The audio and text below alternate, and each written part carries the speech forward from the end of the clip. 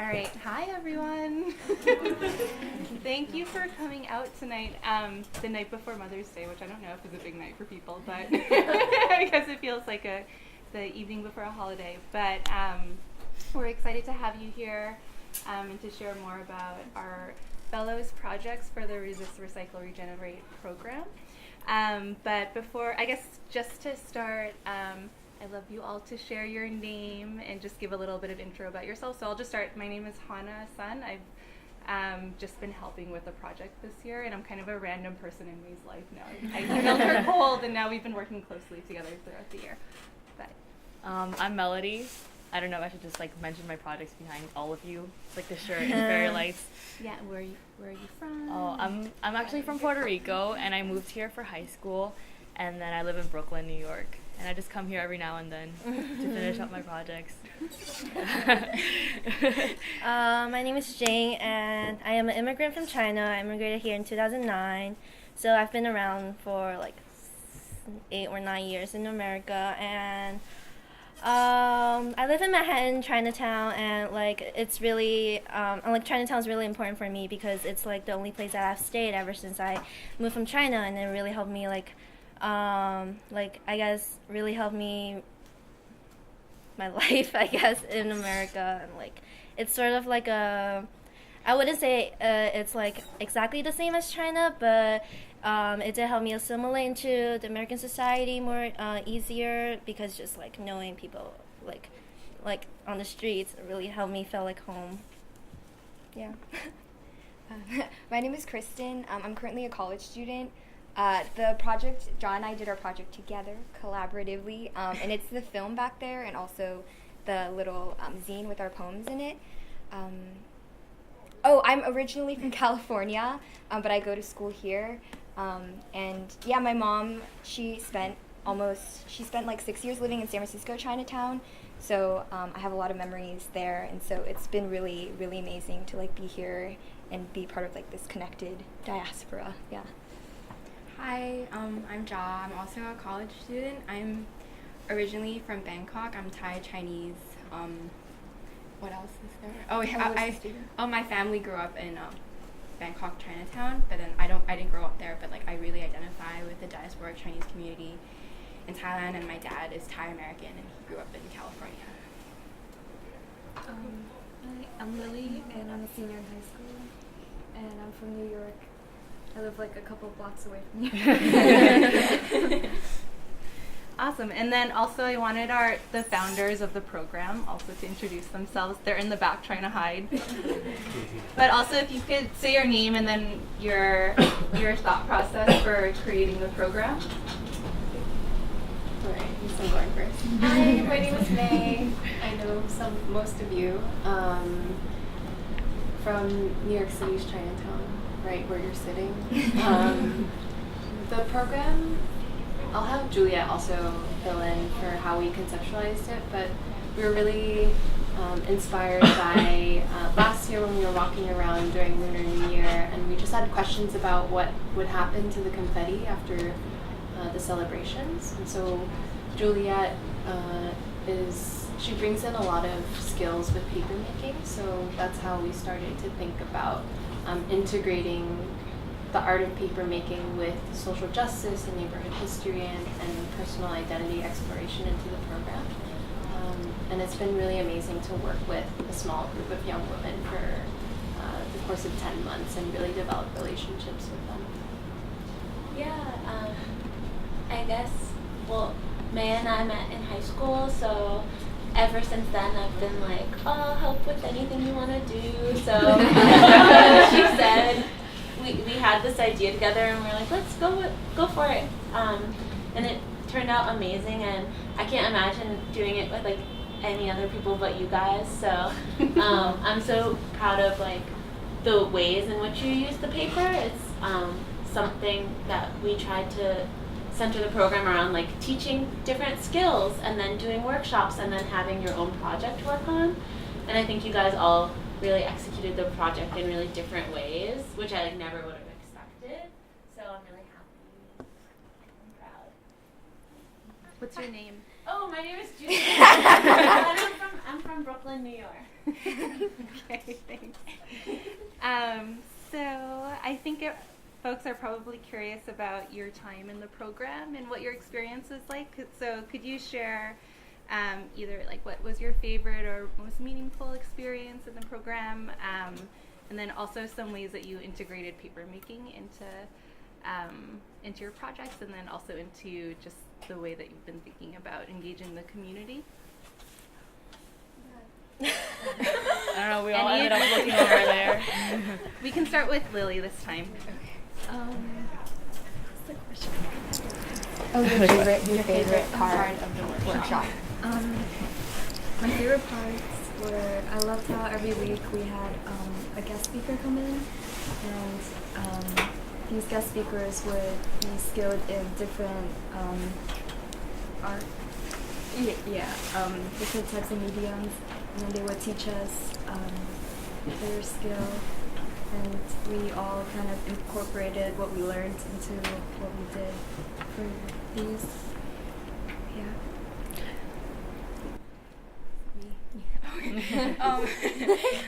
My favorite part of the workshops were just being in the basement downstairs with like the rest of the fellows and like the leadership.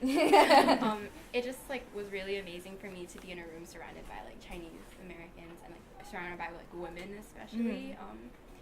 Because I feel like really rootless being on the East Coast, and so like it just like this place like really grounded me, and the basement grounded me, and the community really grounded me.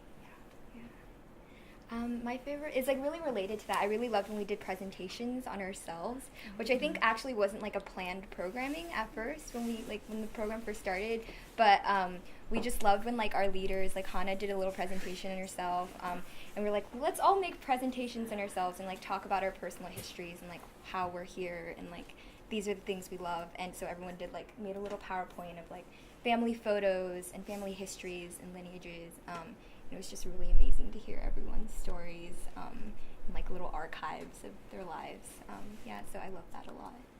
Yeah, similar to me as well. And like also like going through like the different phases of the project, where at first we were like just learning in the basement, and then we went out to the community, and I think like the transition between from like individual to like a group is really something that I really enjoy in this program. And like all of the girls who have like all of us who have like similar goal to like combat gentrification in Chinatown, and I just like really love working with people who like have the same goal and interest as me. Yeah, I just want to add on, like, it's been great being able to like work with everyone, different backgrounds, and this is really cool because the RRR project like kind of forces me to come into the city on the weekends, and I thought it was just a great way to like re-immerse myself into my Chinese background. And I think my favorite project has been the program, my favorite part has been like collecting the confetti, just watching everyone come together to like just play around outside, like everyone's outside, there's music, everyone's like running around, and I thought that was cool. And then the end result, like you wouldn't have expected this, and it's just amazing to like see how everything worked and like ended up being together. Yeah, cool. And not everyone has to answer, so feel free to just like pop in. But what are some ways that you've approached paper and paper making throughout the program? Like use paper differently, and then also learned about or kind of adapted your process for making paper throughout the year.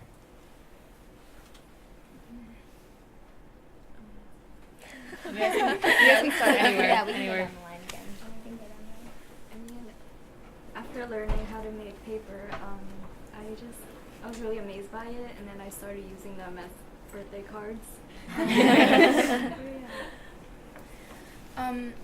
For me, I guess like because like we burn paper, I guess like the fragile nature of paper, and paper doesn't really like last. I mean, I guess it kind of like books last, but like just kind of like transient nature of it, and how like we have like the master copy, and then we have to photocopy and like have like a whole series of it. And it's like inscribing your lineage and your community onto the paper like matters a lot. Yeah, I also really loved kind of like when we talked about like the symbolic nature of the paper making, because like when we did a lot of our workshops, we would have themes around ideas of like lineage and history. Like when we did our workshop at MoCA, we used paper archives about like Chinese American history and like activism, and like thinking about things like paper suns and documentation and the ways that we can kind of subvert that idea of like documentation and immigration through paper as symbolic and not just like a material physical thing. Yeah, I agree. And like paper is sort of like originated in China, so like it has like some significance like whenever it started. And I think like in China I used to do like paper cutting, and like right here we also did paper cutting like workshops. And I guess it's like, for me at least, it's sort of like a bridge between like me and with my life back in China and also here. And like also in my project I also incorporated like paper cutting like yeah paper cutting some animals, and very significant to me. Well, I think it's funny because like from a young age I was always like involved in like art programs and all that stuff, and thinking back, paper is like the base of everything, and you can do so much with paper. Like it's just obvious to see like all the ways that we used it like differently. You can cut it, paint it, like shape it, like it's so malleable and you can use it for anything. I think that's just great to like, it's like a good base for anything and everything. Cool.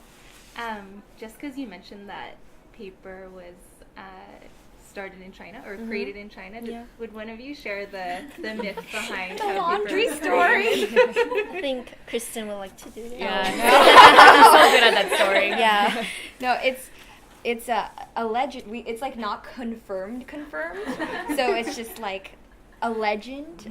So you can take it as you will. But like the kind of origin story behind it is that.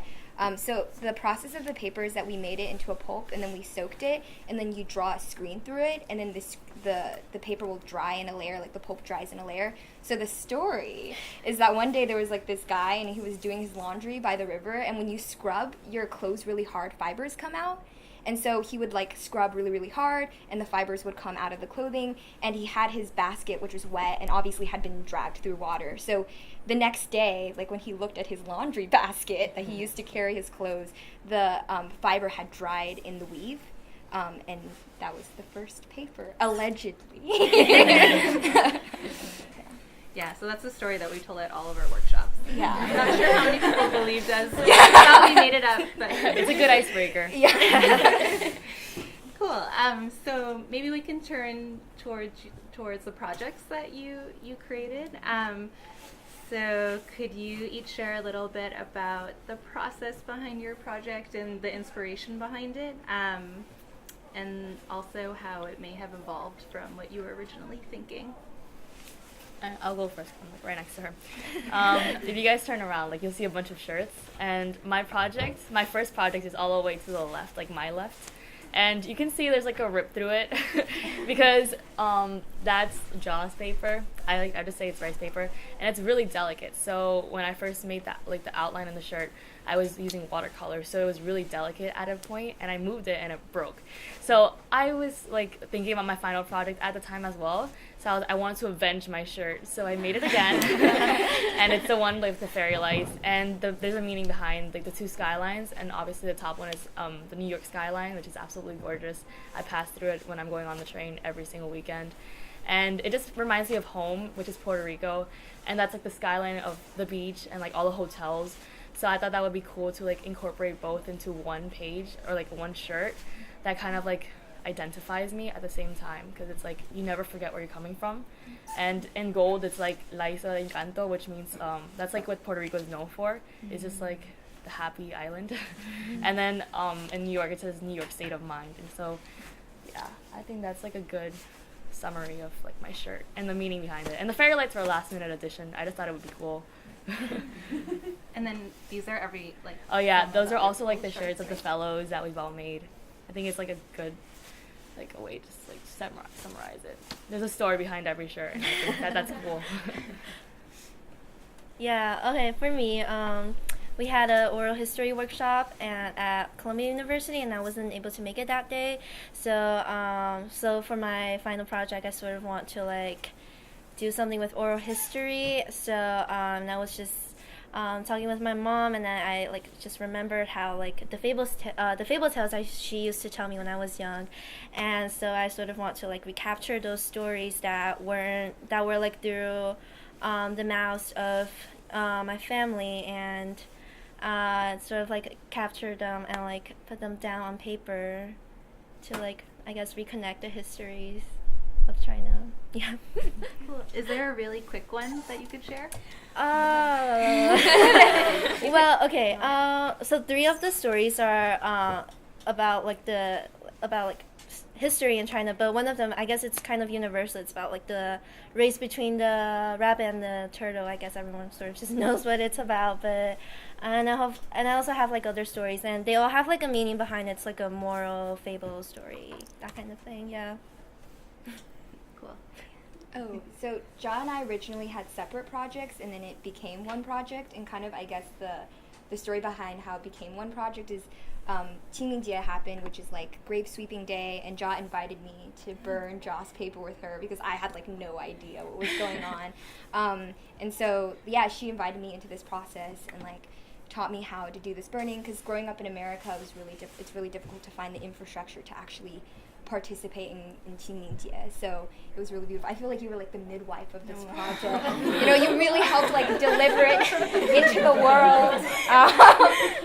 So it became one project, and another thing is like kind of between the first half of the project and the second half of the project. So during like the winter time when I went home for Christmas, my grandfather passed away, and he lived with us, and I was very close to him. It was my Waigong, my Agong, who's my maternal grandpa, and so that it felt very like relevant to honor that and to like give myself space while being a student to like be able to grieve and like.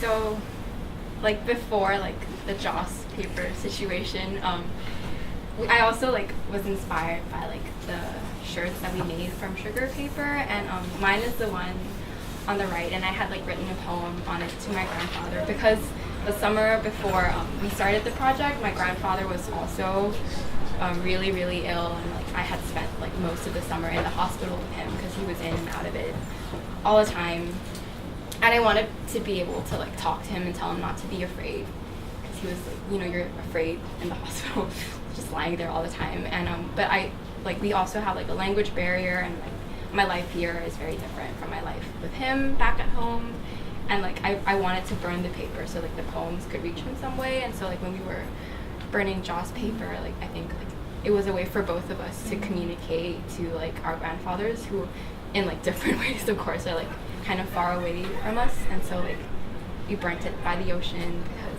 that's how we all sort of came here. Yeah. And another thing that was like really beautiful and what was like really important for me to like show it here tonight is because like it was really funny. I was talking to my mom like the night before he passed away, and she was like on the phone. I'm getting a little emotional, but anyway, she was on the phone and she was like telling me that like because of the Chinese Civil War, he had left his family and didn't know that he was saying goodbye to his family for the last time, and that he would never be able to return and see them again. And so he like died very far from home and never really got to say goodbye to anyone, and didn't really have like an ancestral grave or like a family grave or like a place that he could like rest permanently. And so my mom on the phone was like, "Oh, I'm so glad you're like spending so much time in Chinatown, because when he, you know, when he goes, he'll meet you in New York. Like he'll meet you in New York Chinatown." He was like a really big gardener, so she was like, "Go to a flower shop there, and he'll be there. He'll be waiting for you." And I was like, "Oh, it's so beautiful." And then the next day, like he passed away, and I knew that I would like to find him. I would come back here, so I think it's very important that it's just showing here today. So. I need a cookbook.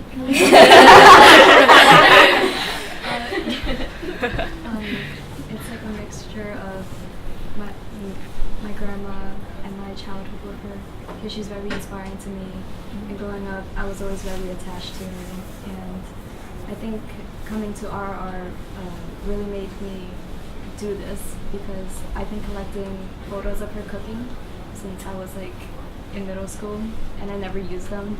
So, yeah, and also starting college. I'm starting college next year, and that really also pushed me to learn how to cook. That's a good idea. and also I've always loved taking pictures of her. So the cover is just like a little collection of photos. Yeah.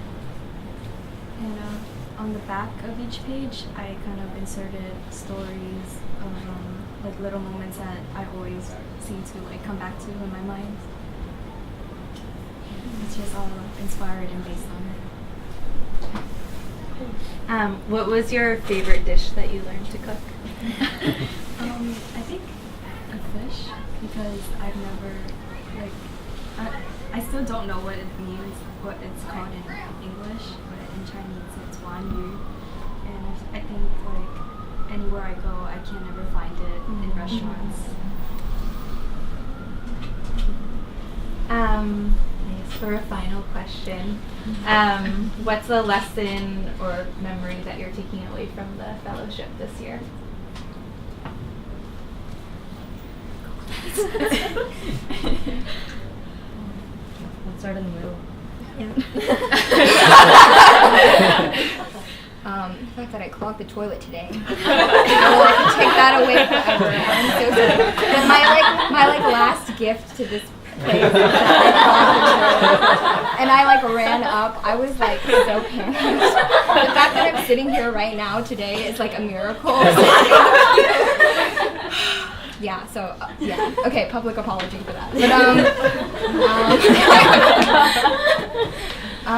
I don't know, I think just, walking down into the basement, like what Josh said, of, seeing that red door, that, iconic red door, and, going there and, knowing I'll be with a community of people who, I really care about and who are, invested in my work. And it's, this moment of, I guess, stillness in my week where I'm just, in this chosen space, chosen community. It's really important.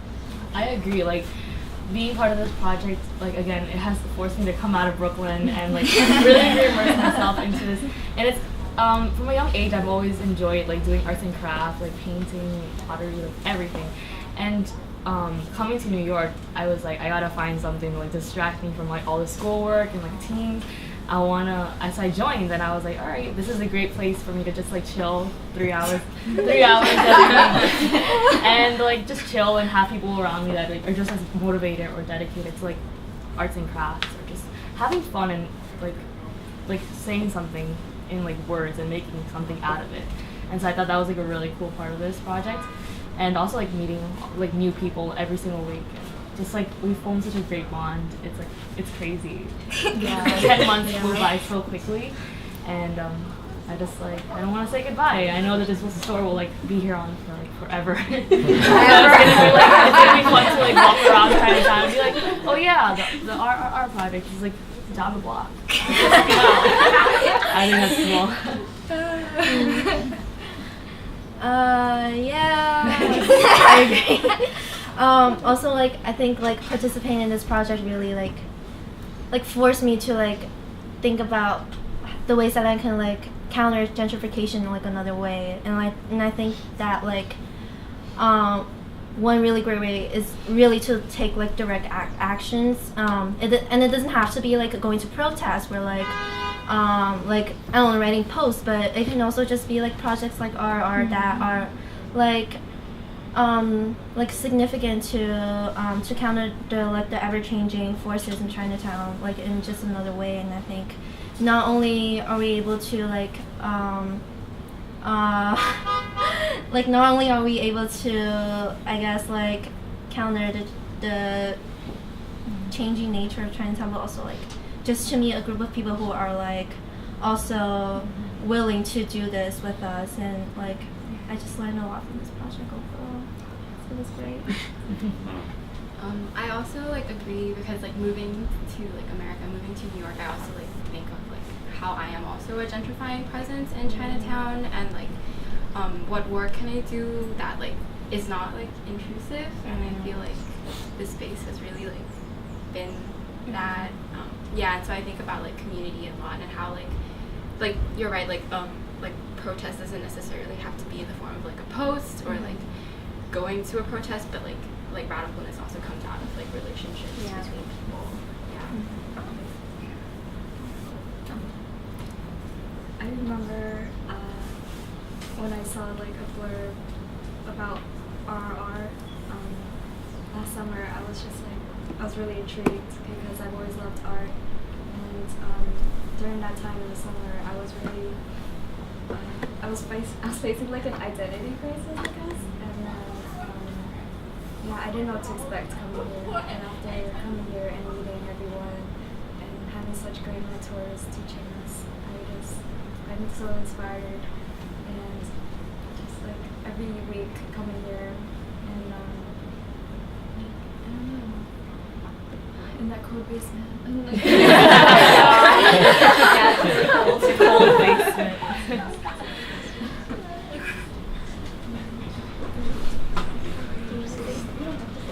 What? Oh no, I already Oh, you spoke. did? Yeah. We also wanted to open it up to Q&A, so if anyone has questions for our artist fellows about their projects or, I don't know, anything else you want to ask them. Yeah? Hey everyone, my name is Samantha. I'm also a college student and I grew up around near Chinatown also. So I guess my question for all of you is, how do you, I guess, discourse with students your age or your peers when they say that things like schoolwork, family, like having fun, like those things in life, besides activism, really take over and leave no space or like leave no time for resistance or activism in their life? So how do you engage your friends when you tell them that like these things are really integral to a community's resiliency, and how do you, like, I guess, navigate those conversations and engage folks to do work like this in your life? That's a good question. I think that whenever I talk to my friends, I always like mention my 2 internships on the weekends, and I'm like, yeah, it's a great way for me to get out and meet new people and like just be involved in the community. So on Sunday mornings, I also teach ESL learners English. So I think that that's like an amazing way for me to like help combat like the language barriers in Chinatown. And then like the RRR project, like it's just giving me another platform. So we just like work around, like share how like Chinatown is just an ever like changing place that we want to keep as one. So I always like tell them like, come join me, like come to the everything. Like it's just great to me to like give them an excuse to come join me and like just hang out and like do something as like part of like unifying the community as well. Yeah, like before this project, I wasn't really talking about like these problems with my friends because like I'm not really involved in like the activism, but like I think through this project it really helped me to like encourage them to one of the to come to the workshops that we had, like the paper making workshops, and also like the collecting confetti workshops during the Chinese New Year parade. And I think like RRR is a great platform for me, and it's sort of like a way to open up conversations with my friends and like encourage them to also take actions against the problems that we are facing here in Chinatown. Yeah, I really like what Josh said about how like radicalness doesn't also have to be like always be in the form of like protest. This is actually I'm like the loudest person ever, so it's also really hypocritical. but like there's also a kind of like radical like tenderness and like caring and support that, and like emotional support too, and like friendship that also is like part of creating a foundation for like resistance. And I don't know, and also I feel like being at school, a lot of times the space of like making art can be a very toxic space, because you are kind of like always under a gaze of like, you know, the institution or like the white gaze or all these things. And I feel like this is just, it's like a very healing space as well, and also like counters those gazes. I'm still struggling still to like answer the question, but I guess like going off what Kristen said, like we do like take a very like long commute to Chinatown to go to school, a bit like upstate, but it's like on those commutes that we talk, and like I guess that's what I think of as like where we have like all our like little discussions, like discourse. Yeah, but it's also like very like healing for us as well. But then also just like thinking of like my friends outside of like this space. I don't know, I feel like a lot of people like who aren't like from here are really engaged with like Chinatown, think of it like as like an archaic like touristy place, and they come and then they eat or like take pictures and then they leave. And I guess like RRR has kind of like provided me with a platform like, hey, like this is not just that, like you can't like just do that, like there's a community here and people are like thriving here and we are making like art here, and like yeah, it's like important for them to like acknowledge that. So I always I still struggle with that with my friends. It's hard for me to explain to them why I come here and why I'm so passionate about this.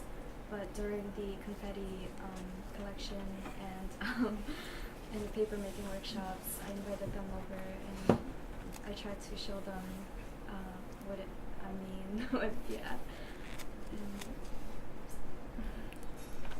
Yeah, so small steps too, right? Just kind of inviting folks in ways that they feel comfortable to participate too. Right? Does anyone else have questions?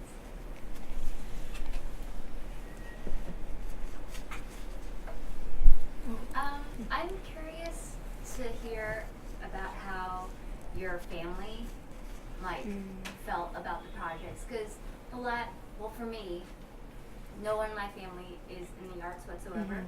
So when you do something that's slightly abstract or more emotional, there's this fear that they won't understand you. But then if you describe it, it's another entry point into having more deeper conversations. So I'm curious as to how you guys had conversations with your family about what you were doing.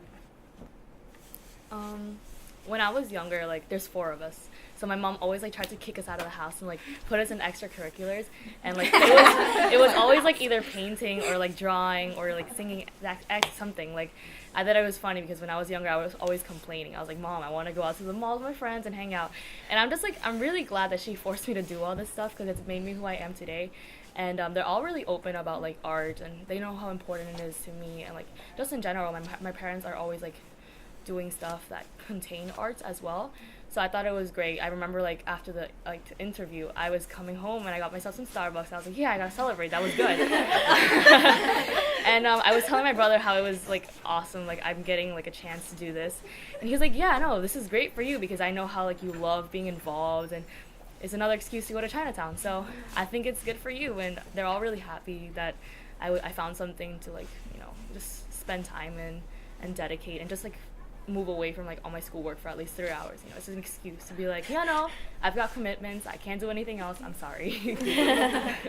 Yeah, because like my project is about like a collection of my the fable tales that my mom used to tell me, and they were never like really recorded on like anything, so it's just like I guess it was like kind of abstract in a way, because it's not like a physical thing that is like that she knows, or that she like and like I think it sort of is a symbolism for me, where it kind of like just like my childhood is in there, and I a lot of memories.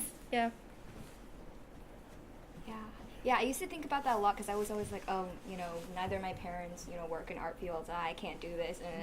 But then I realized, like, well, both my mom and my grandma worked in garment factories, and so my grandma is, like, she has so many scraps, like, fabric, like, so many, like a body-sized bag of just, like, of fabric scraps that she uses to, like, make quilts, and she, like, made all of my shirts up until, like, basically up until high school, so you can like see the weird, like the sleeves are just like really bizarre. But anyway, like so I like started to like reframe what art was, like my conception of art, because for me it was like, oh, gallery and like has to hang on a white wall and like all these things. But like my mom and my grandma, they are artists, and I was like wearing their art, and that really like shifted that perspective to me. And like my original idea was to make this paper quilt, and I remember like telling my grandma this, and she was so excited.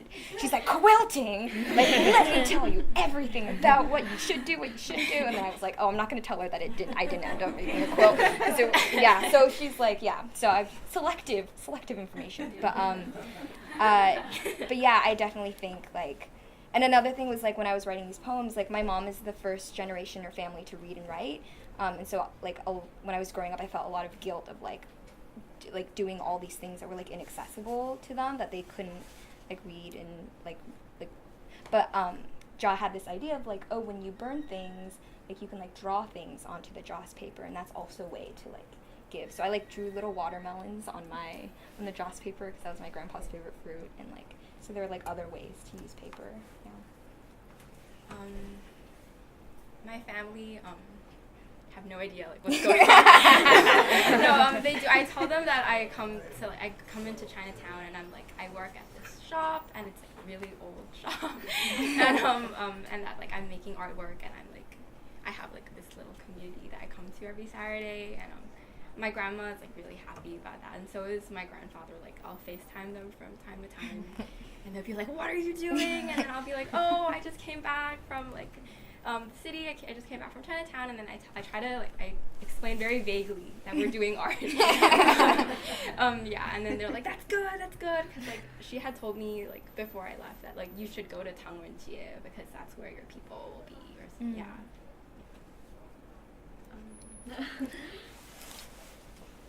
Every weekend, my grandma would ask me like, "Where are you going tomorrow?"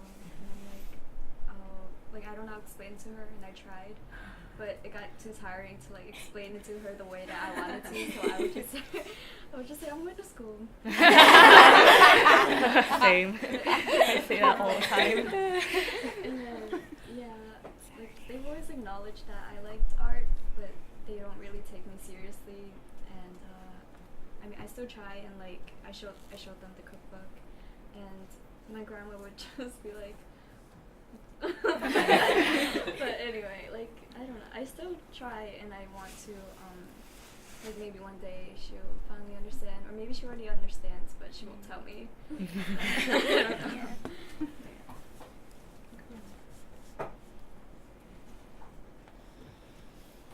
Any other questions?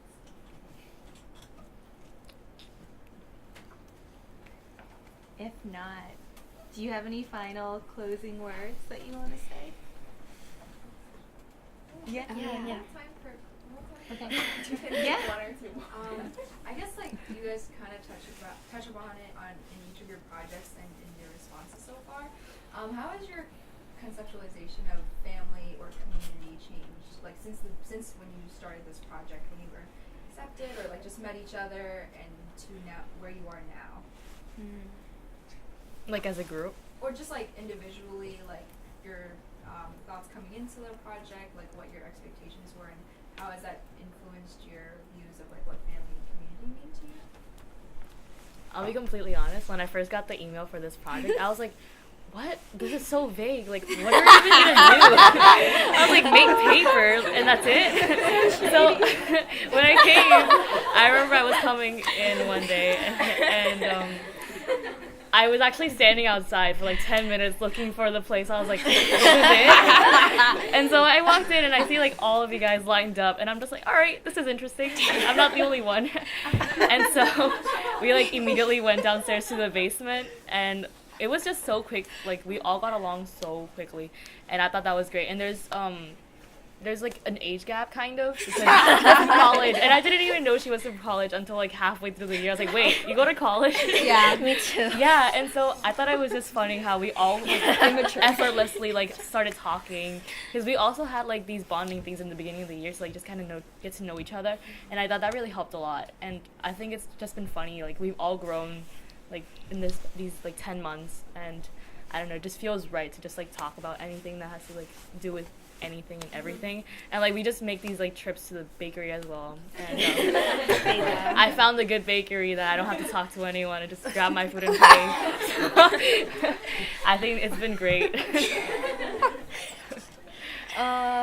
Yeah, like at first, like I wouldn't really expect like a youth like me would be like interested to like, I guess like work on these projects, because I don't know, like as the generation gets older, they probably just focus more on like trends and like shoes, Nike and stuff. But like it's like really amazing to know that a lot of people like me and like girls like me are also like are like in the effort to like contribute something to like gentrification, and also like and how like different we are, but kind of similar, I guess, as well. Like I'm from China and like Ja is from Thailand, and it's just like great to like have all of us to come together, even though we share like so many different like heritage and history. And I think like Chinatown is really like the place where we united, and it's like very great. I would say, well, one of my ideas family is actually inspired by Ja. Like her poem in the zine, like the first one is called Maiden Name, and she like wrote about her maiden name, and just like thinking about like matrilineage and like women as leaders and as lineage. I think that was one thing like we talked about also when we were giving our presentations about ourselves. Like we made this film about our patriarchs, like my grandpa and her grandpa, but it was also like about the women in our family too, and about their absence and also their presence in other forms. So that's something I think about a lot. And also like it's really funny to like go through the family photos and be like, oh, that cousin lives with me, that cousin lives with me, that cousin lives with me, because like I've always been kind of taught that family is like blood, and like family is like, you know, the people who we brought here and this is it. But like also now I'm like part of the lineage of this store and this community, and so it's like growing and evolving here. I'm actually thinking about a conversation me and Kristen had last night in the car. We were talking about like today and the Q&A and about like our Chineseness and how like we're both not from like New York Chinatown, and especially because Kristen was the one who introduced me to like the fellowship, and I guess like I had a lot of freak outs. It's like, oh my god, am I actually Chinese, or like because of my Thai-ness, I don't know. And like, am I allowed, and I guess like as I was here and spent a lot of time here and got to know everyone, it became like so comfortable and so comforting, and it's like a really like beautiful like space for me. And so I guess like coming to realize that sort of question about like whether or not you do belong, or like separating yourself into like a category like that isn't really like healthy and is actually problematic in the first place, and that and learning the community comes from like other things other than like I don't know, like false biological categories. Coming here I had no expectations, but I think it's so wonderful how like we all come here, but we're all so different at the same time, and I learned so much. And but in terms of family, I think this has pushed me to want to learn more about my history and where my grandma came from and where my dad came from, and just to learn more. Yeah, in the back. I'm Holly. I have a question about the all-female space. If you guys could talk a little bit about the importance or not importance of that, and if there are other spaces in your lives where you have an all-female space, how that made this different, better or worse, Thomas?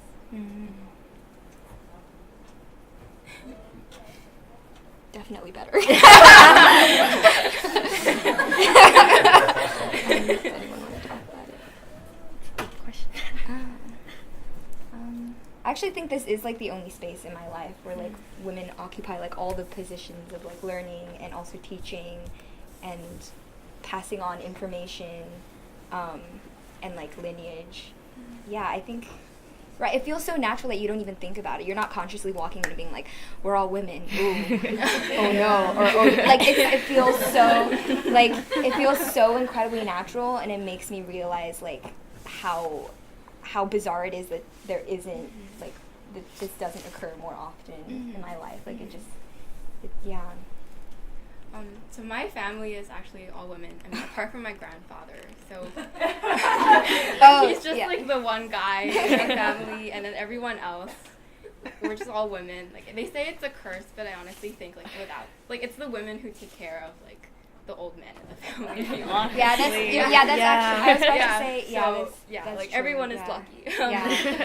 But like speaking about this, like I guess like I've come to realize that a lot of like social justice movements too are also like driven by women. Like we run like the Asian student organization at our college, and like a lot of the people who do come are like Asian women. And I think like that says something, and that's like very important. Like, Well, I have 3 brothers, and my whole life, all my cousins are guys. And so if I wanted to hang out with like a girl, I had to hang out with like the other generation, like the older cousins.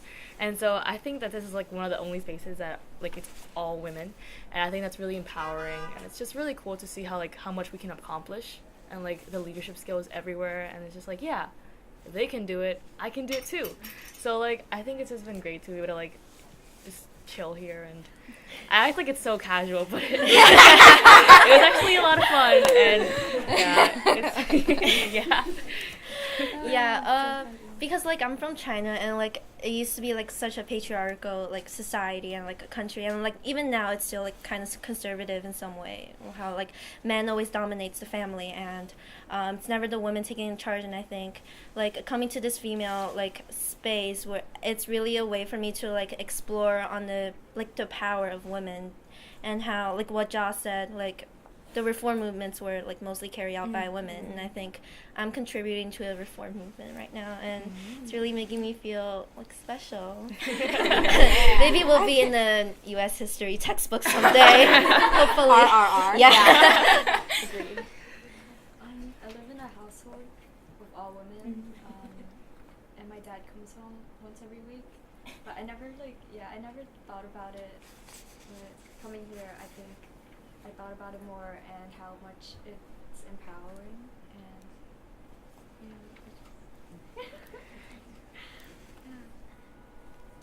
Well, I wanted to like add on. Like, I act like it's really chill, but it's because I really enjoy it. Because I really enjoy coming here. That's the reason.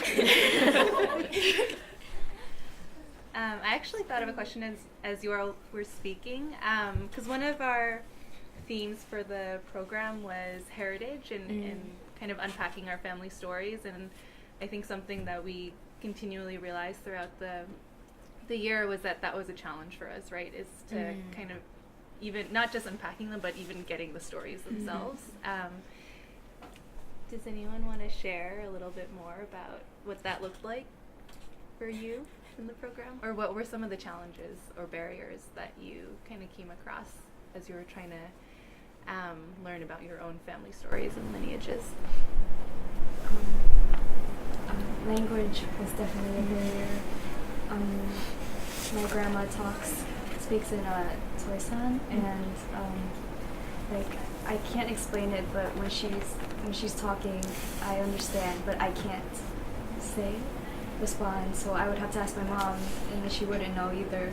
So it's just like a vagueness that I can't put in English. And whenever I try to ask my parents, they would give me really vague answers, or be like, "Why are you asking this? Like, it doesn't matter." And I'm like, "No."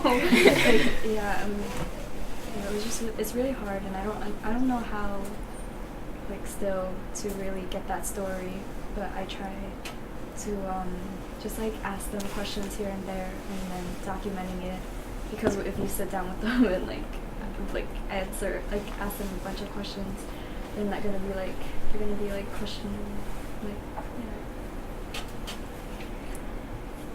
for me, like, I guess, like, with my grandfather, like, over there, when it's, like, really hard to, like, get updates on, like, how he's doing, or, like, what's happening. Like, I often find out, like, a month later that he had, like, this major operation, or he was in this hospital for this long, and it's just kind of frustrating. But, like, in terms of stories, there's also, like, a language barrier. Like, my grandfather speaks a mix of Thai, some English, and, like, Hokkien, and then Mandarin, and then when he speaks to me in all those languages. And so I have, like, and we have to switch, because, like, his fluency in one is, like, very different, and then my fluency in one is very different, and, like, nobody knows what's happening. And also we're just all very I told him I was at an apartment yesterday, and he heard appointment, and he said appointment to me 5 times, and I said apartment 7 times.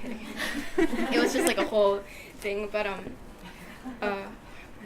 oh yeah, and, like, just, I guess, like, family stories, there's, like, a lockdown. Like, old people don't like talking about, like, family stories. Like, this is like a family secret. I don't care, but like my grandfather like went to prison for a while, and like I asked my mom to tell me about it, and she was like, no. and then I asked my uncle, and he told me to ask my grandma, and my grandma was like, no. And I was like, okay. Yeah.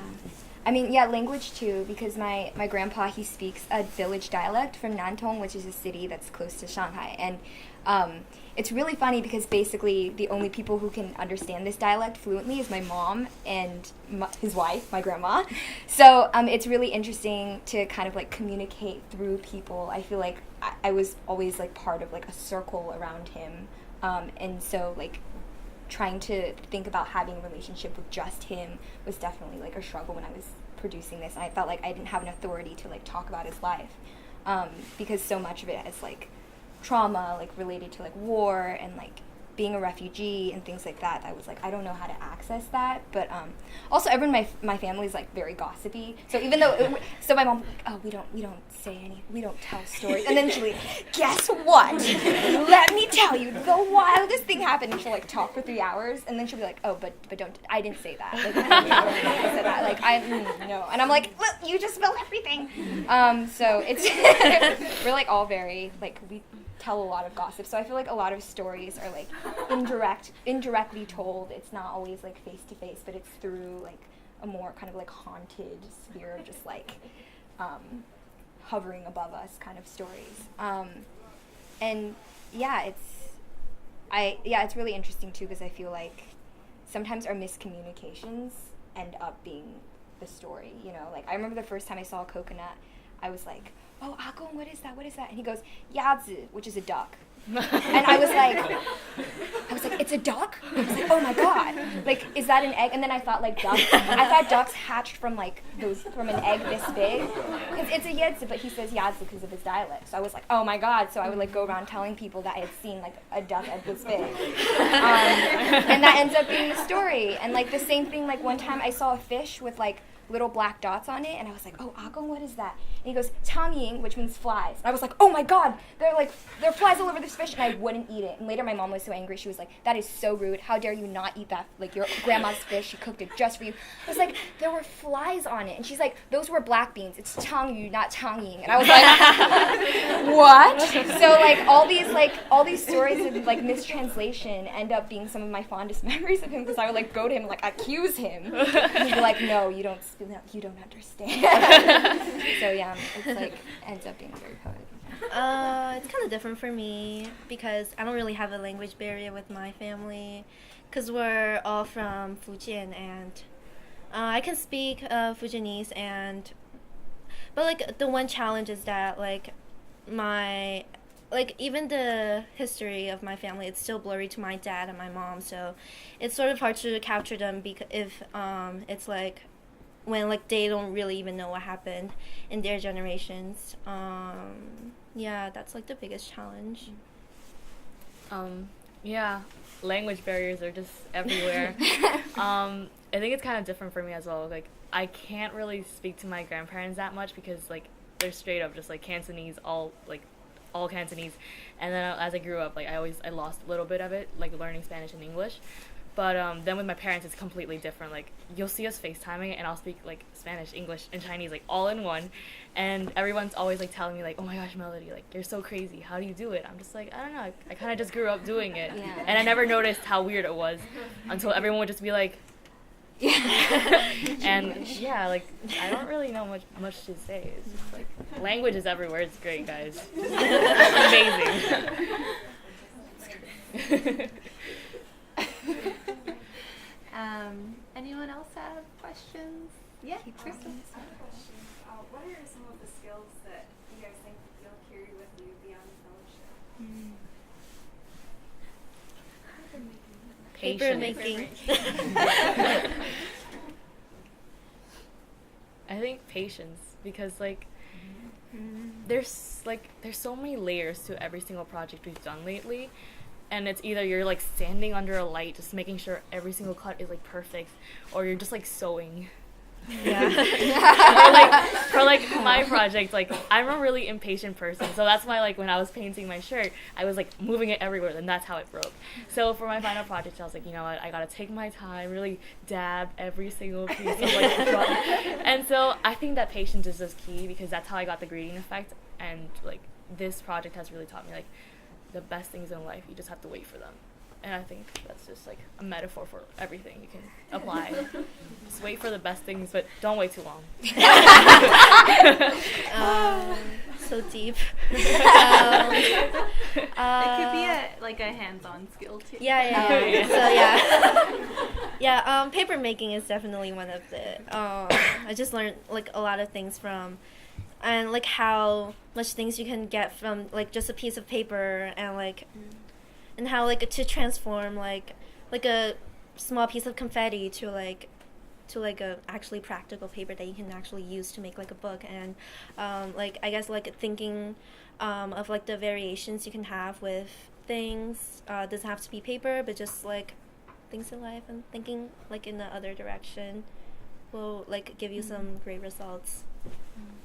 I think my favorite thing is like whenever one of us would like mess up or do something that we didn't want it how it to turn out, we were like, oh, but it just makes it look more handmade. Oh, but it just like makes it gives it personality and like things like that. Like I love that, because it like takes the pressure off of this idea like oh, there's a flaw, no one can see it, because that like before I came to this space to like I would always be like really hyper conscious of like those like little imperfections and those things, but now like I love that we're able to kind of like joke about it and also like see these flaws as like part of the process. It gives people more space to see like what we've actually done, and like the steps that go into making the object.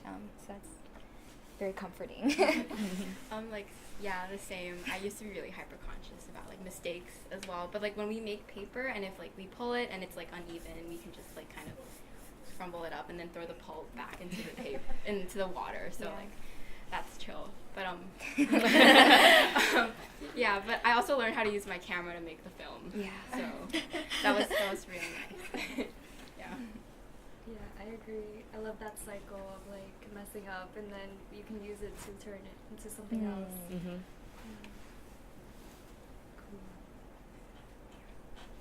Okay. What is, I don't know if anybody knows besides me, you, what is the program going to look like next year?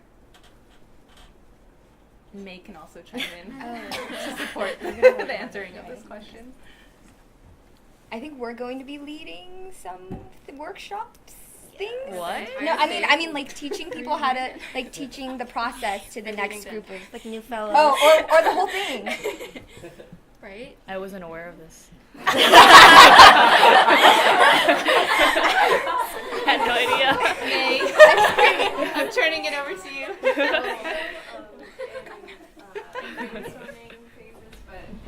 I mean, this year has been so incredible, and as you all could see, like everyone really stepped up and learned a lot, and we're hoping that this could be kind of like a way to empower and develop leaders. So we're thinking like everyone, or a lot of you have expressed that you still want to be involved with the program. So we're thinking of ways in which there can still be involvement and leadership, and it would just be amazing to have everyone still involved in kind of guiding and mentoring the next cohort of fellows. Then another part that we're exploring is integrating seniors in the program. So there's an element of intergenerational dialogue and storytelling, because that was such a strong theme this year of oral history and learning from elders in our community. So we're talking with some community organizations in the neighborhood about that. But everything's very, very vague right now. We're just kind of like carrying on not asking for like, commitment quite yet. But yeah, that's kind of what's coming up. But thank you so much. I learned so much from you just now and throughout the 10 months, and it's been really amazing to work with everyone. Yay. Thank you for allowing this space. Just like open it up to us, giving us like everything we need to make anything we want. Cool. So we'll be here for another 5-ish minutes, but you can feel free to walk around and look at the projects if you haven't already, and then ask our fellows more questions if you want. But yes, oh yeah, and we're paper. If you can pile all the stools so we could kind of funnel in and continue to